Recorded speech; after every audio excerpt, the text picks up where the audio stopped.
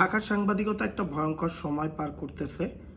এইটা হচ্ছে গিয়ে এই ক্রাইসিসটা কেন হচ্ছে বা এই ক্রাইসিসটা নিয়ে আসলে কথা বলা খুব জরুরি। সেটা হচ্ছে যে অনেকগুলো টেলিভিশনই তাদের সেকেন্ড জেনারেশনের হাতে যাওয়ার পর থেকে খুব বাজে পরিস্থিতিতে পড়তেছে, বা ফার্স্ট জেনারেশন থেকেই কিন্তু আসলে সংবাদকর্মীদের বলার সুযোগ নাই। সাংবাদিক যে সংগঠনগুলো এইগুলো আসলে তারা তাদের স্বার্থে শুধু পিকনিক, তারপর হচ্ছে নির্বাচন, এগুলো নিয়েই ব্যস্ত। আর তাদের জিজ্ঞেস করলে বলে যে আমাদের কাছে কেউ আসে না, এই জন্য আমরা যাইও না। আপনারা যারা ফেসবুকে লাস্ট কয়েক মাস আমারে ফলো করছেন, একটা জিনিস দেখছেন যে নাগরিক টিভির প্রতি মাসে বেতন নিয়ে চিল্লাচিল্লি এই সেই হাউকাউ এগুলো হওয়ার পর গিয়ে তারা বেতনটা ঠিকমতো ঠিক আর বলা যায় না, তারপর বেতনটা দেয়। এই মাসেও একই অবস্থা চলতেছে, একই সিচুয়েশন চলতেছে।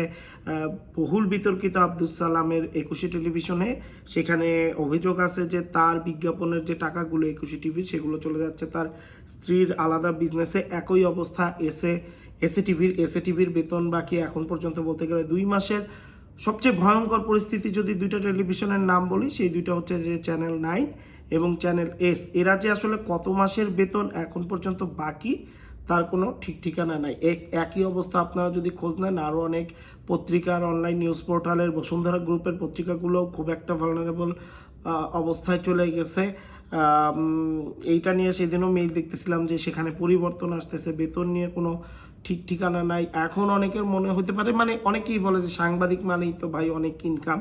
সো সাংবাদিকদের একটা পর্যায় পর্যন্ত, ধরেন যে যারা হচ্ছে গিয়ে এডিটোরিয়াল লেভেল বা একটা পর্যায় পর্যন্ত, তাদের বেতন প্রচুর বেতন এবং তারা নিয়মিত বেতন পায়।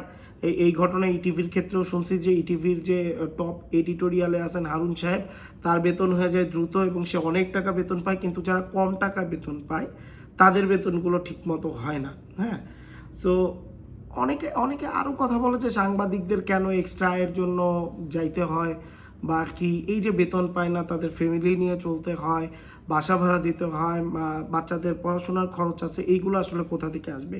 সো টেলিভিশনগুলোয় এখন চাকরি নেওয়াটা, মানে টেলিভিশন বা এই গণমাধ্যমে চাকরি করে সংসার চালানো যাবে বা এরকম কিছু, এটা হচ্ছে একটা পুরো স্ক্যামের মতো হয়ে গেছে।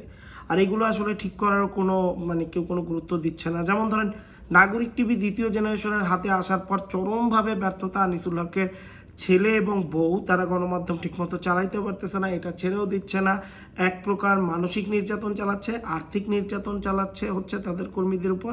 একইভাবে এসএ পরিবহনের যে মালিক, তিনি যে এসএ টিভি চালায়, এসএ টিভি বেসিক্যালি চালায় তার বিভিন্ন ধরনের অপকর্ম, সেগুলো ঢাকার জন্য বিজনেসে, যাতে এই ধরনের অপকর্ম যাতে নিউজে না আসে সেই কারণে সে একটা গণমাধ্যম চালায়। চ্যানেল এস এর কথা আমি এর আগেও লিখছি যে চ্যানেল এসে আমি দেখলাম বিশাল রিয়েলিটি শো হচ্ছে, অথচ তাদের কর্মীদের বেতন দেওয়া হচ্ছে না ঠিকমতো। এর মালিকের বিরুদ্ধে অভিযোগ আছে যে আগের আমলে সে রাজনৈতিক প্রভাব খাটায় চলতো এবং এখনও সেই আগের আমলের রাজনৈতিক যে সকল ব্যক্তিদের কাছ থেকে সুবিধা নিছে তাদের এখন নানানভাবে পুনর্বাসিত করতেছে, সুবিধা দিচ্ছে। সো গণমাধ্যমের যে সংকটটা, এটা বারবার বলছি যে সামনে আরও বাড়বে। এর কারণ হচ্ছে গণমাধ্যম বাড়তেছে অনেক, বিজ্ঞাপন ভাগ হয়ে যাচ্ছে। বিজ্ঞাপন ভাগ হওয়ার আরও একটা ভয়ঙ্কর কারণ কি, আপনি দেখেন আগে বিজ্ঞাপনগুলো কোথায় আসতো, শুধু গণমাধ্যমে।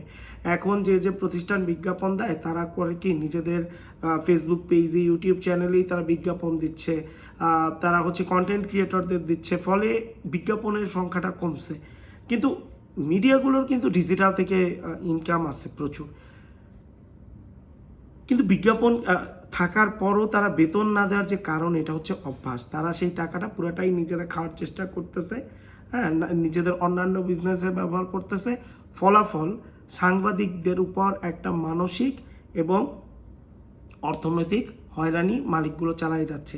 সো টেলিভিশন ব্যবসাটা এখন অনেক প্রকার স্ক্যাম হয়ে গেছে। বড় বড় টিভিগুলো আগে 1 তারিখে বেতন দিত, এখন 15 তারিখে চলে গেছে, আরও বাড়তেছে। তার মানে সামনের দিনগুলোতে টেলিভিশন সাংবাদিকতা করে আপনি সংসার চালাতে পারবেন, এই জিনিসটা আসলে পুরোপুরি রূপেই একটা স্ক্যামে পরিণত হবে বলে আমার মনে হচ্ছে। এখনকার সিচুয়েশন যেভাবে হচ্ছে গিয়ে, বেশিরভাগ গণমাধ্যমের বেতন নিয়ে সংকট, বা কারো 1 তারিখের বেতন 15 তারিখে চলে যাওয়া, আমার মনে হয় এই জায়গাগুলোতে আসলে সবার এখন নজর দেওয়া জরুরি, অন্ততপক্ষে মালিকের সাংবাদিক সংগঠনগুলোর, এবং স্পেশালি যে সকল নীতি নির্ধারণী